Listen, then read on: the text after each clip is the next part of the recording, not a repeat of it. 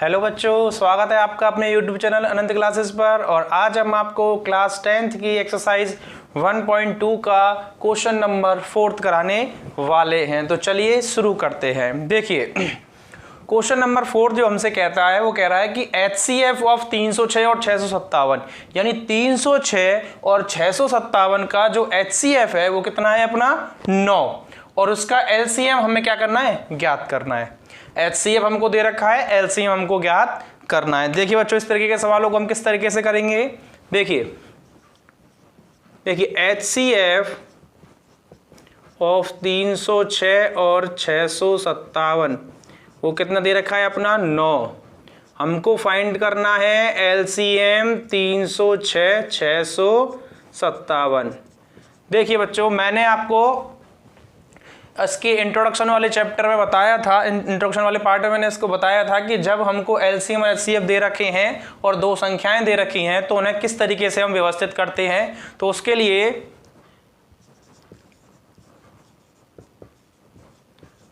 हम जानते हैं कि देखिए HCF ऑफ HCF गुणा LCM यानी HCF और LCM का गुणा जो होता है वो दोनों संख्याओं का गुणनफल, यानी HCF और LCM का गुणा दोनों संख्याओं के गुणनफल के बराबर होता है। तो देखिए बच्चों, यहाँ पे HCF कितना दे रखा है हमको, HCF दे रखा है हमको 9।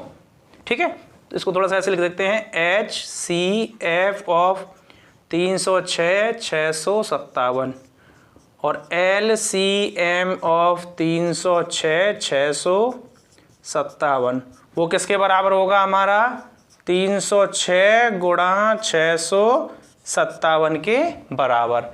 यानी देखो, जो दोनों संख्याएं हमको दे रखी है ना, ये दोनों संख्याओं का HCF ही है और दोनों संख्याओं का LCM हमें फाइंड आउट करना है। तो क्या करना है, दोनों देखो HCF का गुणा किसके साथ करना है, LCM के साथ में, और बराबर क्या कर दें, जो हमको संख्याएं दे रखी हैं उनका हमें क्या कर देना है, उनका हमें कर देना है गुणा।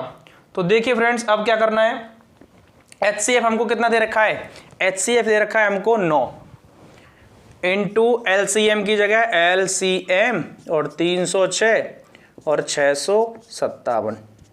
देखिए बच्चों, मैं भी सजेस्ट करता हूं कि आप इसका अभी मल्टीप्लाई ना करें, इसको ऐसा की ऐसा एज इट इज रख दें। ठीक है, अब हमें क्या निकालना है, LCM निकालना है। तो LCM ऑफ 306 657 जो हम निकालेंगे वो कैसे निकालेंगे, देखिए 306 657 बटे कितना कर दें 9। भाई ये जो संख्या गुणा में थी इसको क्या कर देंगे, पश्चांतरण के बाद ये कहाँ चली जाएगी, भाग में चली जाएगी। और जब ये भाग में चली जाएगी तो अब हमको क्या करना है, इसका इनका ऊपर वाली संख्या का तो क्या होगा गुणा और नीचे वाली संख्या का होगा भाग। तो देखिए क्या इसका इसमें भाग चला जाता है। तो देखिए 9 एकम 9, देखिए 9 3 27, बचा कितना 3, तो 3 इसके आगे आ गया तो कितना हो गया 36, तो 9 चौक 36। तो अब हमारा हो गया 34 गुणा 657, कितना हो गया 34 गुणा 657। तो अब जब इसका मल्टीप्लाई करेंगे, देखिए 34 का 657 से अपन क्या करेंगे मल्टीप्लाई, तो अपना आएगा 22 33 8। देखिए बच्चों, हमें क्या करना है, 34 का गुणा 657 से करेंगे तो क्या आएगा 22 33 8। तो इसका स्क्रीनशॉट ले लीजिए बच्चों।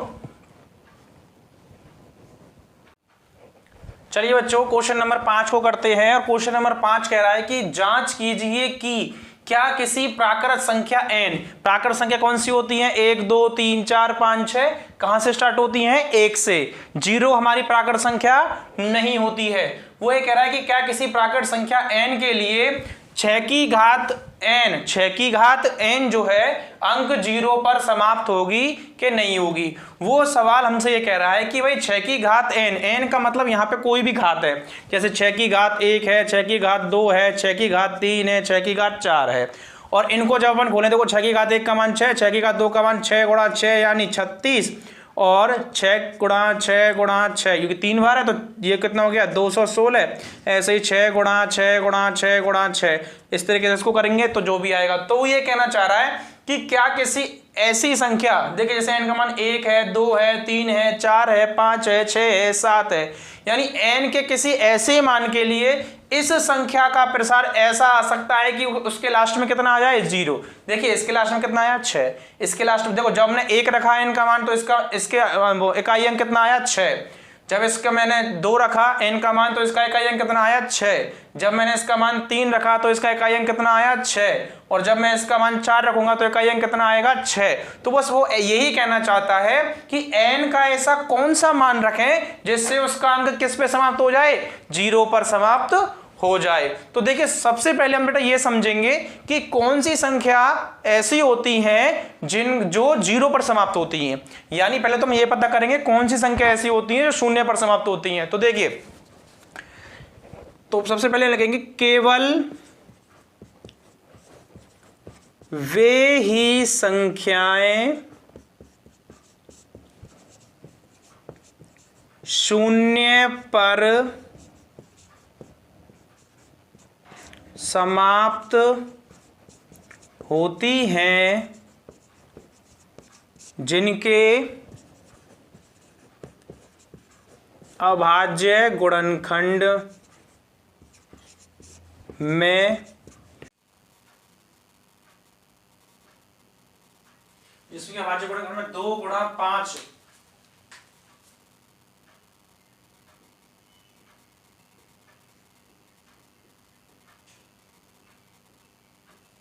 ठीक है। तो केवल वही संख्याएं 0 पर समाप्त होंगी, यानी केवल वही संख्या 0 पर खत्म होंगी जिनके अभाज्य गुणनखंड में क्या होता हो 2 गुणा 5 आता हो। लेकिन जैसे हम 6 की घात n की बात कर रहे हैं तो 6 की घात n के अभाज्य गुणनखंड में 2 गुणा 3 की घात n, आप देखेंगे 6 की घात n को, देखो 6 का जो अभाज्य गुणनखंड होंगे वो क्या होंगे 2 गुणा 3 होंगे, यानी 6 की घात n के जो अभाज्य गुणनखंड है 2 गुणा 3 की घात n के रूप में होता है। अतः 6 की घात n के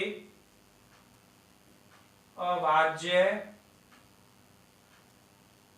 गुणनखंड में, 6 की घात n के अभाज्य गुणनखंड में 5 अनुपस्थित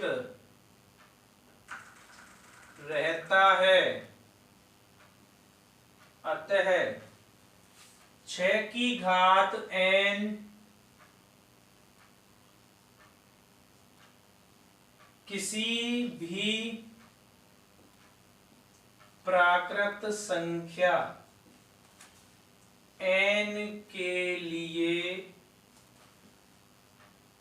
अंक 0 पर समाप्त नहीं होता है। ठीक है फ्रेंड्स, यानी जो संख्या, जिन संख्याओं के अभाज्य गुणनखंड 2 गुणा 5 के रूप में होंगे उन्हें वही संख्याएं केवल 0 पर समाप्त होती हैं। 6 जो है वो 2 गुणा 3 के रूप में होता है, इसमें 5 की जगह क्या आता है 3। इसका मतलब 6 जो है वो कभी भी उसका किसी भी प्राकृत संख्या n के लिए कभी भी वो 0 पर समाप्त नहीं होगी। और देखिए 6 के आपने 3 से 4 मान देख लिए, उन सभी मानों में आपने देखा कि सभी का अंत कितने पर हो रहा है 6 पर हो रहा है। इसका इकाई कितना आ रहा है 6। इसका मतलब 6 का कोई भी प्राकृतिक n के प्राकृतिक मान संख्या n के लिए उसका 6 की घात n का मान कभी भी 0 पर समाप्त संख्या नहीं होगी। वो स्क्रीनशॉट ले लीजिए इसका। तो चलिए दोस्तों, अब हम क्वेश्चन नंबर 6 स्टार्ट करते हैं। देखिए क्वेश्चन नंबर 6 क्या कह रहा है। क्वेश्चन नंबर 6 कह रहा है हमसे कि व्याख्या कीजिए कि 7 गुणा 11 गुणा 13 प्लस 13 और 7 गुणा 6 गुणा 5 गुणा 4 गुणा 3 गुणा 2 गुणा 1 प्लस 5 भाज्य संख्याएं क्यों हैं, हमसे ये पूछ रहा है कि भाज्य संख्याएं ये क्यों हैं। देखिए मैंने आपको भाज्य और अभाज्य दोनों तरीके की संख्याओं के बारे में समझाया हुआ है, इनसे पहले पार्ट में उसको समझाया हुआ है, और जिन बच्चों ने वो पार्ट नहीं देखे हैं तो उनको पहले एक बार जरूर देख लें, जिससे आपको समझ में आ जाएगा कि भाज्य संख्याएं क्या होती हैं और अभाज्य संख्याएं क्या होती हैं। ठीक है फ्रेंड्स, चलिए अब हम आगे देखते हैं। तो देखिए बच्चों, भाज्य संख्या मैं आपको थोड़ा शॉर्ट रूप में समझा देता हूं कि वे संख्याएं जिनमें एक अथवा खुद के अलावा किसी और संख्या का भी भाग जा रहा है तो उसे हम क्या कह देते हैं, भाज्य संख्याएं। एक एग्जांपल हम शॉर्ट में यहां पे लेके चलते हैं और फिर आगे हम क्वेश्चंस को करेंगे। देखिए बच्चों, जैसे मान के चलिए 6 है। देखिए अगर मैं 6 की बात करूं, 6 में 1 का भाग जाता है, बिल्कुल जाता है। 6 में 2 का जाता है, बिल्कुल जाता है। 6 में 3 का जाता है, बिल्कुल जाता है। और 6 में 6 का जाता है। यानी वे संख्याएं जिनमें एक, यानी ये एवं खुद का मतलब वो ही संख्या, एक अथवा खुद के अलावा किसी और संख्या का भी भाग जा रहा है, उसे हम कह देते हैं भाज्य संख्याएं। यानी जो भाज्य संख्याएं होती हैं उनके 2 से अधिक भाजक होते हैं। भाजक मतलब जो भाग देते हैं। यानी देखो, इसका भाजक एक तो 1 हो गया, एक 2 हो गया, एक 3 हो गया और एक 6 हो गया, क्योंकि ये चारों ही इसमें भाग दे सकते हैं। तो इसका मतलब 6 कैसी हो गई, अभाज्य संख्याएं। फिर बच्चों फिर कंफ्यूजन होगी कि सर भाज्य संख्या तो हो गई, लेकिन मान के चलिए अगर 1 का और खुद का ही भाग जा रहा है तो देखिए बच्चों, इसका भी एग्जांपल दे लेते हैं। जैसे मान के चलिए 3 है। देखिए 3 में 1 का भाग जाता है, बिल्कुल जाता है। और 3 में फिर केवल कितने का जाएगा, 3 का। और किसी संख्या का भाग 3 में नहीं जाता है। इस प्रकार इस वाली संख्या को क्या कह देते हैं हम, भाज्य। देखिए अभाज्य संख्याएं कौन सी होती हैं, जिनमें खुद का यानी खुद का और 1 का भाग जाए, उसे कहते हैं अभाज्य संख्याएं। और जिन संख्याओं में 1 का जाए, खुद का जाए, उसके अलावा अन्य और किसी संख्याओं से भाग जाए तो उसे क्या कह देते हैं हम, भाज्य संख्याएं। यानी भाज्य संख्याएं जो होती हैं उनके 2 से अधिक, देखो अभाज्य संख्याओं में तो केवल 2 ही होते हैं भाजक, लेकिन भाज्य संख्याओं में 2 से अधिक भाजक होते हैं। इसका मतलब अब वो हमसे ये कहना चाह रहा है कि भाई इसको ये प्रूफ करके दिखाओ कि ये जो संख्याएं हैं ये भाज्य संख्याएं क्यों हैं। इसका मतलब हमें क्या करना है, हमें ये सिद्ध करना है कि इन संख्याओं के 2 से अधिक भाजक है। मतलब ये जो संख्या है ना, इनमें 2 से अधिक संख्याओं का भाग जा सकता है। आसानी से हम ये समझेंगे कि भाई ये जो संख्याएं, जैसे ये संख्या हुई और ये संख्या हुई, इन दोनों संख्याओं में 2 से अधिक संख्याओं का भाग जा सकता है। तो चलिए शुरू करते हैं इसका फर्स्ट। तो चलिए फ्रेंड्स शुरू करते हैं। देखिए सबसे पहले क्या होता है कि भाज्य संख्याओं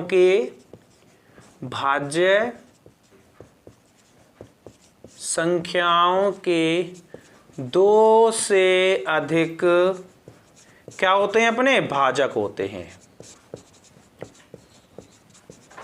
यानी भाज्य संख्याएं जो होती हैं उनके कितने से अधिक भाजक होते हैं, 2 से। यानी देखो आप देखेंगे 1 2, इनके अलावा 2 भी और भी हैं। इसका मतलब भाज्य संख्याओं के 2 से अधिक भाजक होंगे।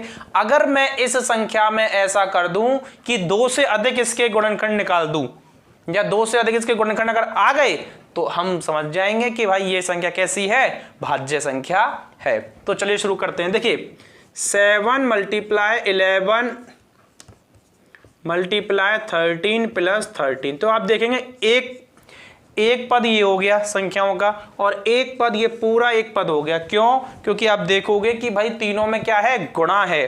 ठीक है, तीनों में इनमें क्या है, गुणा, और ये एक अलग पद हो गया। तो अब क्या करेंगे, इन दोनों में से क्या ले लेंगे, इन दोनों में से हम क्या ले लेंगे, 13 कॉमन ले लेंगे।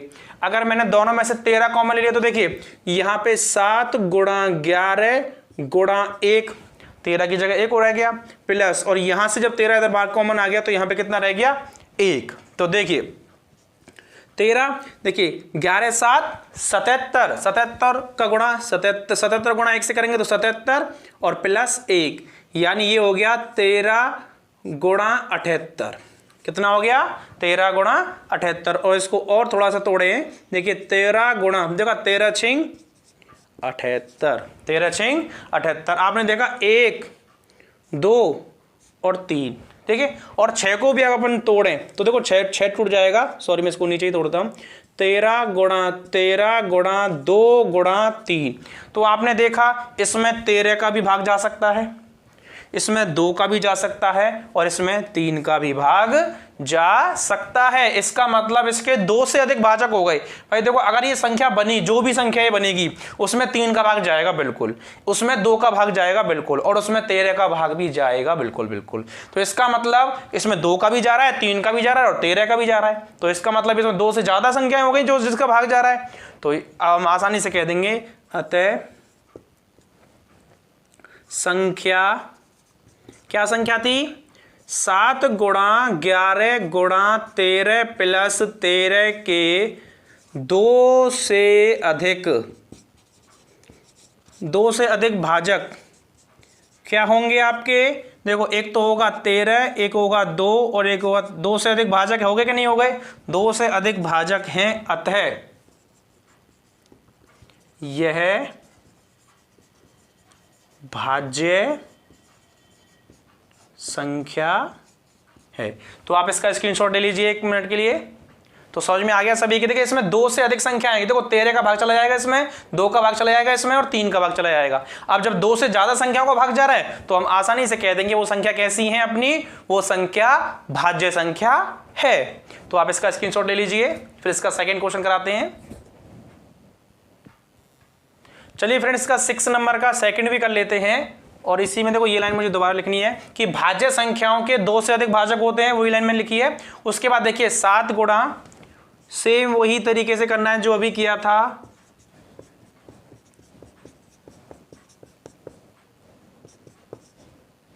देखिए बच्चों क्या करेंगे, देखिए ये एक पद हो गया अपना क्योंकि सभी में मल्टीप्लाई है, और एक ये पद हो गया क्योंकि बीच +5 से क्या है, ये अलग है। अब क्या करेंगे, इन दोनों में से क्या कॉमन ले लेंगे? 5। जब मैं इन दोनों में से 5 कॉमन ले लूंगा, यहां क्या रह जाएगा? 7 गुणा 6 गुणा 1 गुणा 4 गुणा 3 गुणा 2 गुणा 1 और फिर प्लस में 5। ठीक है फ्रेंड्स, अब क्या करेंगे?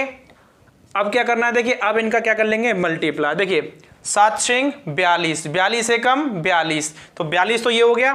फिर देखो 2 एकम 2, 2 तिया 6 और 6 चौक 24। तो 24 गुणा 42 अगर अपन करें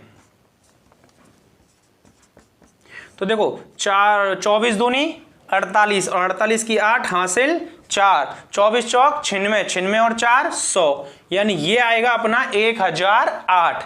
कितना आया अपना? 1008। और इसमें 1 क्या होगा, सॉरी ये 5 क्या होगा, ये जुड़ जाएगा भाई, सॉरी 5 नहीं आएगा बेटा। देखो यहाँ पे जो हमने 5 कॉमन ले लिया था, यहाँ पे कितना आएगा? 1, और यहाँ पे कितना आएगा? 1, क्योंकि 5 जो था वो कॉमन में आ गया, तो यहाँ पे कितना आ गया? 1। और जब 1008 में जब इसको जोड़ेंगे, देखो 5 गुणा इसका कितना आ जाएगा? 1009। कितना आ जाएगा? 1009। तो आप यहाँ पे देखोगे कि इसका एक तो 5 और फिर एक आ रहा है 1009, तो 5 भी हो गया और 1009 भी हो गया। देखिए देखो किसी भी संख्या का भाज्य एक तो होता ही होता है, उसके अलावा अगर कोई भी संख्या एक्स्ट्रा हो जा रही है तो उसे हम क्या कह देंगे? वो संख्या भाज्य है, और नहीं तो नहीं है। तो आप देखोगे कि संख्या क्या थी अपनी? 7 गुणा 6 गुणा 5 गुणा 4 गुणा 3 गुणा 2 गुणा 1 प्लस 5 के 3 भाजक हो जाएंगे बच्चों। देखो 3 भाजक कौन से? देखो 2 तो ये है ही है, और 1 जो होता है वो हर संख्या का क्या होता है? भाजक होता है। तो 1 और 5 और 1009 होंगे। अतः होंगे मतलब वो है, अतः यह संख्या कैसी है? भाज्य संख्या है। तो मेरे हिसाब से सभी को समझ में आ गया होगा, तो स्क्रीनशॉट ले लीजिए आप इसका। और फिर इसका लास्ट क्वेश्चन और रह गया है, वो भी करते हैं। तो चलिए बच्चों हम करते हैं क्वेश्चन नंबर 7। तो क्वेश्चन नंबर 7 कह रहा है कि किसी खेल के मैदान के चारों ओर वृत्ताकार एक पथ है। मतलब कोई खेल का मैदान है और उसके चारों कैसा पथ है? एक वृत्ताकार पथ है।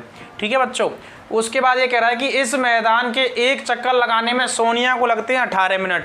मतलब सोनिया नाम की लड़की है और उसको एक चक्कर इस तरीके से लगाना है, तो वो कितना टाइम ले रही है चक्कर लगाने में? 18 मिनट ले रही है। कौन? सोनिया। ठीक है भाई। उसके बाद कह रहा है कि इसी मैदान का एक चक्कर लगाने में रवि ले रहा है कितने मिनट, 12 मिनट। और इसी मैदान का जब एक चक्कर रवि लगा रहा है तो रवि ले रहा है कितने मिनट, 12 मिनट ले रहा है। कौन, रवि। तो मान लीजिए वे दोनों एक ही स्थान से स्टार्ट करते हैं, चलना प्रारंभ कर रहे हैं और एक ही दिशा में चलते हैं, तो वे कितने समय के बाद पुनः मिलेंगे। यानी रवि और सोनिया दोनों एक साथ चले, और एक साथ चले तो अब वो क्वेश्चन ही हमसे कह रहा है कि भाई दोनों एक साथ चलें ये, तो अब ये दोबारा एक साथ कब आएंगे इस जगह पर। तो देखिए आप देखेंगे कि भाई जब सोनिया चल रही है और सोनिया जा रही है 18 मिनट में एक चक्कर पूरा कर रही है, ठीक है भाई, सोनिया 18 मिनट में एक चक्कर पूरा कर रही है और वहीं पे रवि जो है वो 12 मिनट में एक चक्कर पूरा कर रहा है। तो जैसे ही सोनिया ने 18 मिनट में एक चक्कर पूरा किया, एक चक्कर पूरा किया सोनिया ने 18 मिनट में, और रवि ने कितने मिनट में कर दिया, वो 12 मिनट में। तो देखिए मान के चलिए सोनिया ने एक चक्कर पूरा कर दिया 18 मिनट में, और रवि जो है देखिए 12 मिनट के हिसाब से एक रेशो क्या निकल के आया कि रवि जो है हर 6 मिनट में आधा चक्कर कर रहा है। भाई आधा चक्कर कितने मिनट में कर रहा है, 6 मिनट में। तो देखिए जैसे ही रवि ने 12 मिनट में एक चक्कर पूरा कर दिया, ठीक है, और 18 मिनट होते होते वो कहाँ पर आ गया, 18 मिनट होते हो तो यहाँ आ गया एक चक्कर पूरा करके, और जबकि सोनिया कहाँ आई है, यहाँ पे। उसके बाद फिर सोनिया ने एक और चक्कर पूरा किया 18 मिनट में, यानी अब सोनिया के टोटल कितनी मिनट हो गई, 36, ठीक है। और यहाँ पे जो वो क्या नाम है उसका, रवि जो था वो 18 मिनट में यहाँ पहुंचा था। फिर उसके बाद अगले 6 मिनट में कहाँ पहुंचा, वो उसी पॉइंट पर जहाँ से वो चालू हुए थे, स्टार्ट हुए थे चलना। और फिर उसके बाद अगले 12 मिनट में वो कहाँ पहुंच गया, उसी जगह पर पहुंच गया। तो रवि को भी पहुंचने में कितना टाइम लगा, यानी 36, यानी दोनों को वहाँ पहुँचने में कितना समय लगा, 36 मिनट लगे। तो देखिए आपने ये देखा कि वो 12 मिनट में ही ले रहा था टाइम और वो 18 मिनट में ही ले रही थी टाइम। तो अब दोनों का जब दोनों एक ही जगह पर मिले तो कितने समय बाद मिले, वो 36 मिनट पर। और 36 अगर हम देखें 12 और 18 का क्या होता है, LCM। तो इसका मतलब हम जिन जो संख्या हमको दे रखी है 12 और 18, उन 12-18 का अगर हम LCM निकालें तो क्या निकल के आएगा, हमारा वही समय निकल के आएगा जिस समय पर वे दोनों वापस मिलेंगे। तो इसका मतलब हम जो समय अगर वापस मिलने का जो समय वो कैसे किस तरीके से निकालेंगे, LCM से। तो देखिए सोनिया द्वारा एक चक्कर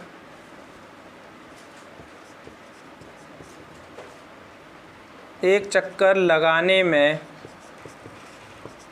12 मिनट तथा रवि द्वारा एक चक्कर लगाने में सोनिया द्वारा 18 मिनट लगते हैं और रवि द्वारा लगते हैं 12 मिनट। 12 मिनट लगते हैं तथा पुनः प्रारंभिक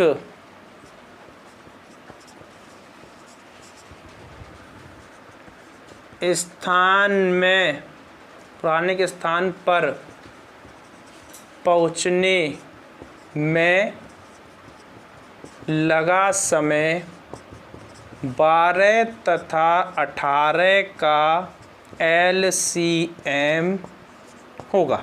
तो हमें क्या निकालना है, उसका LCM। तो देखिए क्या करेंगे, सबसे पहले 12 के फैक्टर कर लेंगे। देखिए 12 के फैक्टर करेंगे तो 2 का भाग देंगे 12 में कितने टाइम, 6 बार, फिर 2 का देंगे 3 बार और फिर 3 का देंगे 1 बार। फिर हम देंगे 18 में आप देखोगे, देखो 2 का देंगे 9 बार, फिर 3 का देंगे 3 बार और 3 का देंगे 1 बार। यानी 12 के अभाज्य गुणनखंड 12 के अभाज्य गुणनखंड और 18 के अभाज्य गुणनखंड